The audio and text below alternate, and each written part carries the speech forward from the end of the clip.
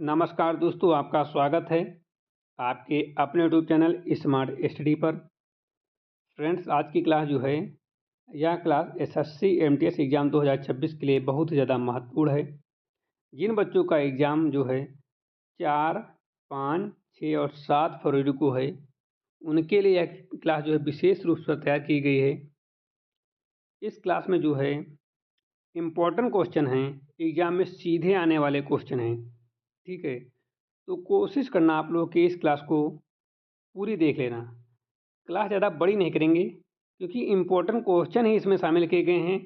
कम question शामिल किए गए हैं और एग्ज़ाम में आने वाले क्वेश्चन शामिल किए गए हैं। यदि आप लोग इस क्लास को पूरा देख लेते हो और सारे क्वेश्चन तैयार कर लेते हो, तो इस क्लास से जो है यही उम्मीद की जाती है कि 7 से 8 क्वेश्चन जो है आपको एग्ज़ाम में देखने को मिल जाएंगे इस क्लास से। ठीक है, क्योंकि एग्ज़ाम से रिलेटेड क्वेश्चन ही इस क्लास में लाए गए हैं और इसलिए क्लास को छोटी भी बनाया गया है कि बच्चे जो है कम क्वेश्चन तैयार भी कर लें और एग्ज़ाम में जो है भूले भी नहीं। ठीक है, तो इस छोटी सी क्लास को आप लोग पूरा अंत तक जरूर देखना, सारे क्वेश्चन तैयार कर लेना।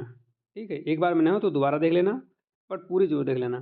ज़्यादा क्वेश्चन नहीं, कम क्वेश्चन है, टाइम भी कम लेंगे हम इसमें। तो जो लोग अभी तक स्मार्ट स्टडी यूट्यूब चैनल पर नए हैं और चैनल को सब्सक्राइब नहीं किए हैं, तो सभी लोग चैनल को सब्सक्राइब कर लें, बेल आइकन को प्रेस कर लें ताकि आने वाली वीडियो का नोटिफिकेशन सबसे पहले आप लोगों को मिल सके। ठीक है, तो बिना टाइम वेस्ट के आज की क्लास को हम स्टार्ट करेंगे। एक बार फिर से बोलते हैं कि आप लोग इस क्लास को अंत तक पूरा देख लेना, सारे क्वेश्चन तैयार कर लेना। ठीक है, सारे क्वेश्चन इंपॉर्टेंट हैं और एग्ज़ाम के लिए बहुत ज़्यादा महत्वपूर्ण हैं। एग्ज़ाम 4, 5, 6, 7 वालों के लिए तो बहुत ही ज़्यादा महत्वपूर्ण हैं। बाकी जिनका एग्ज़ाम आगे की शिफ्टों में है उनके लिए भी इम्पोर्टेंट है, बट 4, 5, 6, 7 वालों के लिए बहुत ही ज़्यादा महत्वपूर्ण है। पहला क्वेश्चन है कि भारतीय संविधान के अनुसार कल्याणकारी राज्य की अवधारणा किस अनुच्छेद में वर्णित है? ऑप्शन हैं अनुच्छेद 32, अनुच्छेद 14, अनुच्छेद 38 या अनुच्छेद 51। तो भारतीय संविधान के अनुसार कल्याणकारी राज्य की अवधारणा जो है अनुच्छेद 38, आर्टिकल 38 में है। ठीक है, अनुच्छेद 38 में जो है वर्णित है। इसका डिटेल सोल्यूशन देख लेते हैं थोड़ा, ताकि आपको एग्जाम में और अच्छे से मदद मिल सके, भूलोगे नहीं। देखो, भारतीय संविधान में जो है कल्याणकारी राज्य जो है यानी कि वेलफेयर स्टेट की अवधारणा जो है अनुच्छेद 38 में दी गई है। इसमें राज्य से जन कल्याण, सामाजिक न्याय और आर्थिक समानता सुनिश्चित करने की को कहा गया है। ठीक है, इसको किसको कहा गया है? देखो, जन कल्याण में जो सामाजिक न्याय और आर्थिक समानता को सुनिश्चित करने को कहा गया है अनुच्छेद 38 में। अगला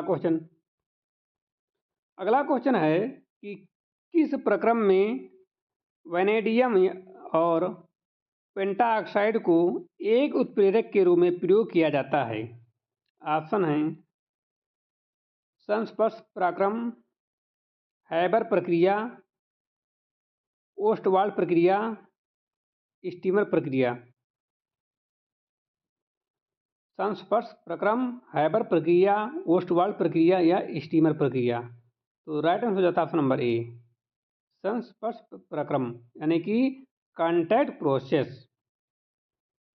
यह जो है सल्फ्यूरिक एसिड का उत्पादन होता है। कौन?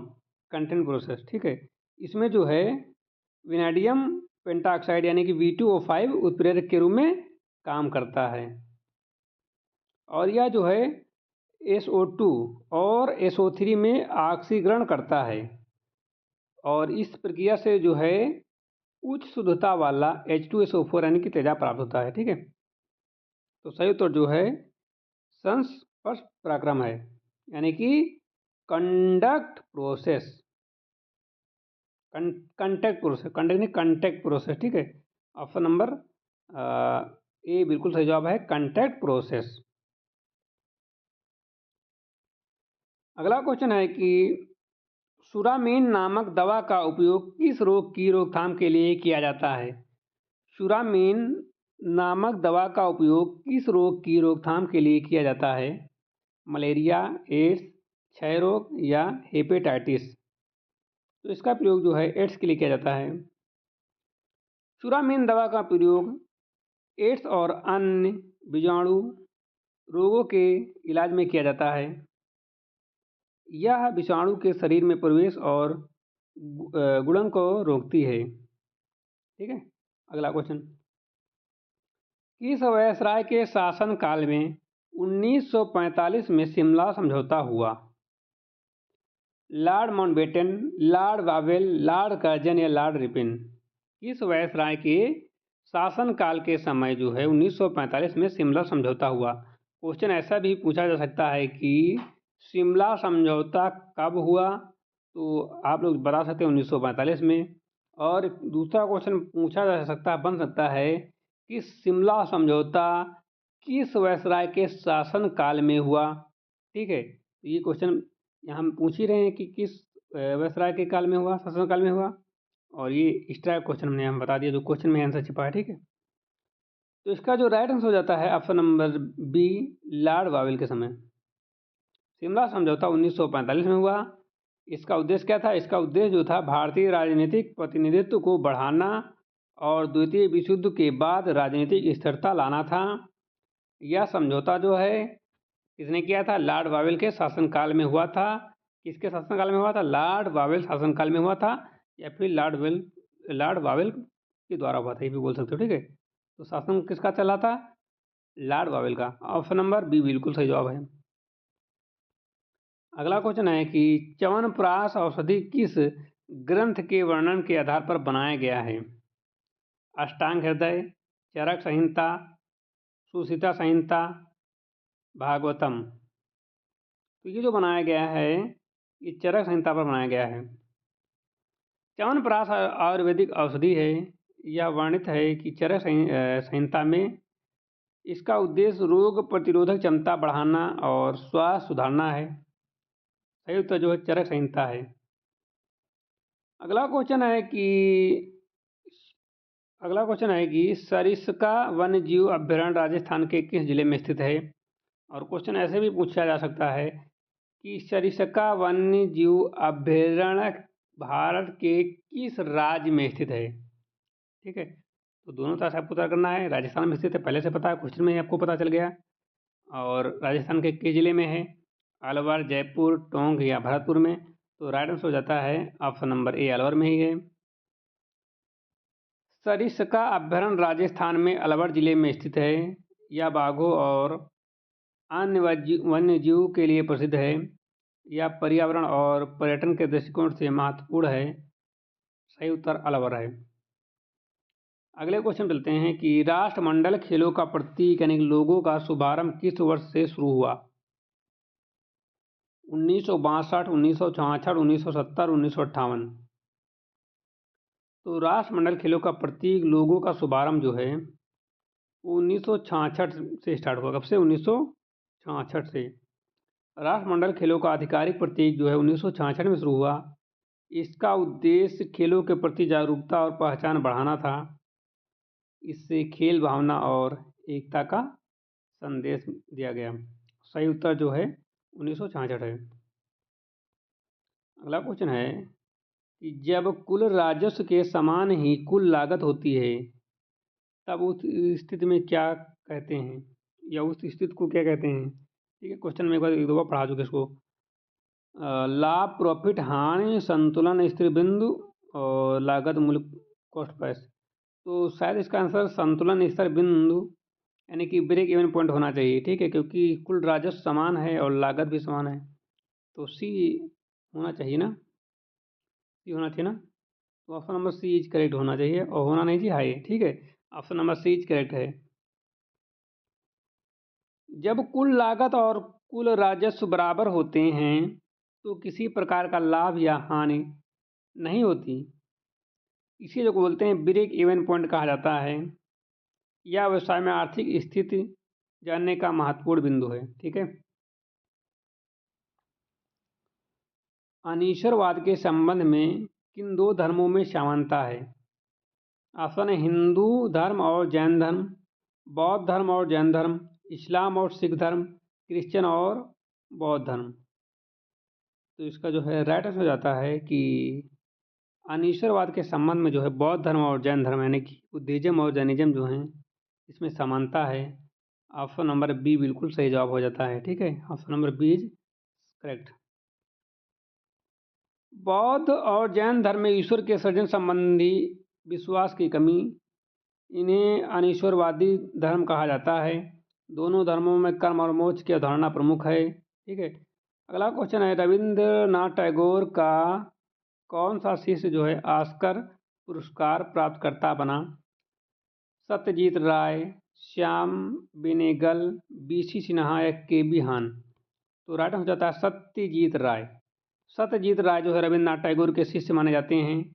उन्होंने फिल्म निर्माण में अपना योगदान दिया और उनके लिए जो है 1992 में ऑस्कर पुरस्कार प्रदान किया गया है। उनके लिए जो है 1992 में ऑस्कर पुरस्कार प्रदान किया गया। तो क्वेश्चन ये भी पूछा जा सकता है कि जो है रविंद्रनाथ टैगोर के किस शिष्य को जो है ऑस्कर पुरस्कार प्राप्त मिला था और कब मिला था? ठीक है, ऐसा क्वेश्चन पूछा जाता है, रविंद्रनाथ टैगोर के किस शिष्य को जो है ऑस्कर पुरस्कार प्राप्त हुआ है और कब प्राप्त हुआ? ठीक है, ऐसा कुछ क्वेश्चन बन सकता है। तो ये 1992 में प्राप्त हुआ था। अगला क्वेश्चन है, किसी अपारदर्शी वस्तु का रंग उस रंग के कारण होता है जिसे वह अपरिवर्तित करता है, परावर्तित करता है, अपरिवर्तित नहीं परावर्तित करता है। वह अवशोषित करता है, वह परावर्तित करता है, वह अपवर्तित करता है, वह अव्याप्त करता है। तो वह परावर्तित करता है। परावर्तित करता मतलब रिफ्लेक्ट करता है। अपारदर्शी वस्तु प्रकाश को अवशोषित और परावर्तित करती हैं। वह रंग जिसे वस्तु परावर्तित करती है वह हमारी आंखों में दिखाई देता है। इसी कारण जो है हम वस्तु का रंग पहचानते हैं। अगला क्वेश्चन है, जब कोई राज्य राष्ट्रपति शासन के अंतर्गत होता है तो उस राज्य का बजट कौन पारित करता है? इंपॉर्टेंट क्वेश्चन है, आने की पूरी संभावना। ठीक है, आई एम लिख लो इसको, I M V I M लिख लो। ठीक है,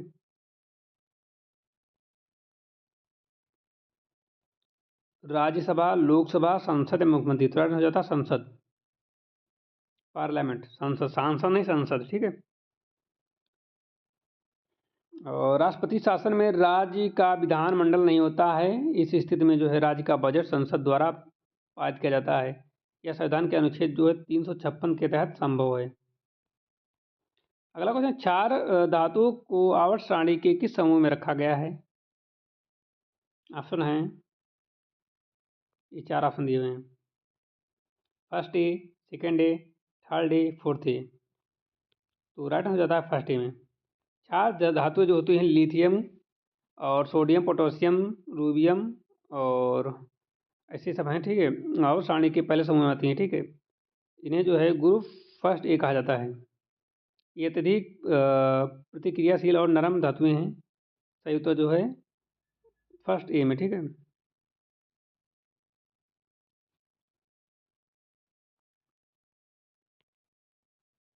अगला क्वेश्चन है, देवपत्तन तथा कश्मीर के श्रीनगर की स्थापना का श्रेय किसे है? अशोक, गौतम बुद्ध, चंद्रगुप्त या हर्षवर्धन? तो अशोक को है। अशोक ने अपने शासनकाल में कई शहरों और बौद्ध स्थलों की स्थापना की। देवपत्तन और श्रीनगर उनकी उल्लेखनीय स्थापना है। सही उत्तर अशोक है। अगला क्वेश्चन, राष्ट्रीय फिल्म पुरस्कार किस मंत्रालय द्वारा जारी किया जाता है? संस्कृति मंत्रालय, सूचना एवं प्रसारण मंत्रालय, युवा मंत्रालय या शिक्षा मंत्रालय? तो ये जो है सूचना और प्रसारण मंत्रालय द्वारा जारी किया जाता है, यानी कि ministry of information and broadcasting के द्वारा जारी किया जाता है। राष्ट्रीय फिल्म पुरस्कार भारत सरकार द्वारा दिए जाते हैं या सूचना एवं प्रसारण मंत्रालय के अंतर्गत आते हैं। Ministry of information and broadcasting के अंतर्गत आते हैं। इसका उद्देश्य जो भारतीय सिनेमा को बढ़ावा देना है और सही उत्तर जो सूचना एवं प्रसारण मंत्रालय है। अगला क्वेश्चन है, वेजुएला स्थित उष्णकटिबंधीय घास का मैदान क्या कहलाता है? ये क्वेश्चन हमने आपको जो शुरुआत में जब हमने क्लास स्टार्ट की थी तो वहाँ पर आपको देखने को मिला होगा और आपको जो है थंबनेल में देखने को मिला होगा। तो आपको इसको ज़्यादा तो कमेंट में देना ही चाहिए। सामना और लानीज, पंपास, उंडा? तो राइट आंसर हो जाता है ऑप्शन नंबर लानीज। वेजुनला के उष्णकटिबंधीय क्षेत्र में फैले मैदान को क्या बोलते हैं? लानीज बोलते हैं। यह घास और मृदा संरक्षण के लिए महत्वपूर्ण है। अगला क्वेश्चन है कि किसी उपस्थिति के कारण गिरगिट रंग बदलता है। किसकी उपस्थिति? किसी नहीं, किसकी? ठीक है, किसकी उपस्थिति के कारण गिगिट रंग बदलता है? वर्णिक लवक, पिगमेंट कोशिका, त्वचा ग्रंथि या मांसपेशी? तो राइट आंसर हो जाता है ऑप्शन नंबर ए, वर्णिक लवक। गिगिड में रंग बदलने की क्षमता होती है, ठीक क्या होती है? गिगिड में रंग बदलने की क्षमता होती है, इसको बोलते हैं क्रोमाटोफोरेस नामक कोशिका होती है। कौन सी? क्रोमाटोफोरेस नामक कोशिका होती है। ये कोशिका प्रकाश और भावनाओं के अनुसार रंग बदलती हैं। अगला क्वेश्चन है, विश्व के किस देश की सार्वजनिक वितरण प्रणाली सबसे बड़ी है? चीन, भारत, अमेरिका, रूस? चीन, भारत, अमेरिका, रूस? तो ये है भारत की। भारत की सार्वजनिक वितरण प्रणाली यानी पीडीएस विश्व में सबसे बड़ी है। यह गरीबी और जरूरतमंदों को अनाज और अन्य सामग्री प्रदान करती है। इसे सामाजिक न्याय और पोषण स्तर सुधारता है। सही उत्तर है भारत। अशोक के अधिकांश अभिलेख किस लिपि में हैं? देवनागरी, ब्रह्मलिपि, कंदारी या फिर नागरी? तो जो है ब्रह्मलिपि में है। अशोक के अभिलेख प्राचीन ब्रह्मलिपि में लिखे गए हैं। ये शिलालेख और स्तंभों पर अंकित है। इससे भाषा, धर्म और शासन की जानकारी मिलती है। सही उत्तर है ब्रह्मलिपि। अगला क्वेश्चन है, फिल्म फेयर पुरस्कार किस वर्ष प्रारंभ हुआ? देखो, फिल्म फेयर से, डांस से ये क्वेश्चन आपको एग्जाम में देखने को मिलेंगे। ठीक है, जो बच्चे यहाँ तक पहुँचे हैं तो फिल्म फेयर से क्वेश्चन तैयार कर लेना। हालांकि हम क्वेश्चन 1-2 क्लास जो है हम डाल देंगे अच्छी लेवल की, इससे अच्छी लेवल की, ठीक है, क्योंकि कम क्वेश्चन लाते हैं तो टॉपिक को हिलाएंगे ना, तो हम डाल देंगे। जैसे कि डांस से क्वेश्चन आते हैं, अवार्ड से क्वेश्चन आते हैं, फिल्म फेयर से क्वेश्चन आते हैं, ठीक है, सभी से 1-1, 2-2 क्वेश्चन आएंगे जरूर। यहाँ से भी क्वेश्चन आएगा, तो हमने एक क्वेश्चन उठाने की कोशिश किया है कि क्वेश्चन पूछा जा सकता है कि फिल्म फेयर पुरस्कार किस वर्ष प्रारंभ किया गया? 1948, 1952, 1955, 1960? तो राइट आंसर हो जाता है 1952 में। फिल्म फेयर पुरस्कार भारतीय सिनेमा में उत्कृष्टता किसके लिए? उत्कृष्टता के लिए दिया जाता है। इसका आरंभ 1952 हुआ है और सबसे पुराना और प्रतिष्ठित सिनेमा पुरस्कार है। 1952 में इसकी शुरुआत हुई। ठीक है, तो बस इम्पोर्टेंट क्वेश्चन था। इम्पोर्टेंट क्वेश्चन के साथ हम क्लास को सॉल्व कर रहे हैं। जो बच्चे यहाँ तक पहुँचे हैं उनको जो है एग्जाम में क्वेश्चन जरूर देखने को मिलेंगे यहाँ से। ठीक है, जो लोग नहीं देखे उनके लिए अलग ही बात है।